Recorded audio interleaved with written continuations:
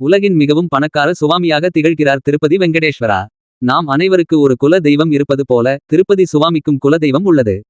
நம்மில் பலருக்கு குல தெய்வம் யார் என கேட்டால் அதற்கு திருமலையில் இருக்கும் திருப்பதி வெங்கடேஸ்வரர் என கூறுவார்கள். இப்படி இருக்க அவருக்கே ஒரு குல தெய்வம் உள்ளார் என்றால் ஆச்சரியப்பட வைப்பதாக உள்ளதல்லவா. நம்மில் பலரும் குல தெய்வமாக திருப்பதியை ஏற்றுள்ளோம். அங்கு சென்று முடி காணிக்கை செலுத்தி தங்களின் குல தெய்வ வழிபாட்டை செய்து வருகின்றனர். இப்படி இருக்க திருப்பதி வேங்கடவனுக்கு குலதெய்வம் என ஸ்ரீ நரசிம்ம பெருமாளை குறிப்பிடப்படுகிறது. ஆம், திருமலை வாசனின் திருமண பத்திரிகையில் குலதெய்வம் என்ற இடத்தில் ஸ்ரீ நரசிம்மர் புகைப்படம் போடப்படுகிறது. ஸ்ரீனிவாசருக்கும் லக்ஷ்மி தேவிக்கும் திருமணம் முடிந்த பிறகு அகோபிலத்தில் எழுந்தருளியிருக்கும் ஸ்ரீ நரசிம்மரை வணங்கி வழிபட்டனர் என வேங்கடேச மகாத்மியம் என்ற நூலில் குறிப்பிடப்படுகிறது. அதன் காரணமாக தான் திருப்பதிக்கு நெய்வேத்தியம் செய்வதற்கு முன்னர் அவரின் குல தெய்வமான நரசிம்மருக்கு நைவேத்தியம் படைக்கப்படுகிறது.